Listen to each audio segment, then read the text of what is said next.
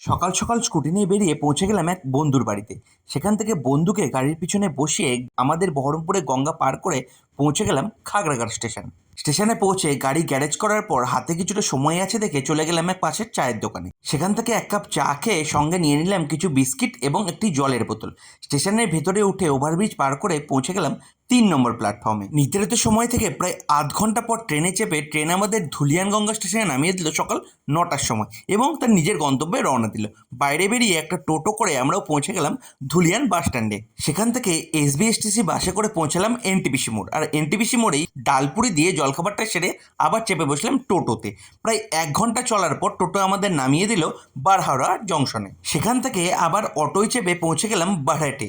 বারহেট থেকে আবার টোটো নিয়ে পৌঁছালাম আমাদের গন্তব্য। আর আমি কোথায় যাচ্ছি সেটা জানতে পরের ভিডিওটাকেও মিস করবেন না। আর এই জার্নির পুরো ভিডিও কিন্তু আমার চ্যানেলে রয়েছে। তাহলে আজকের মতো টাটা।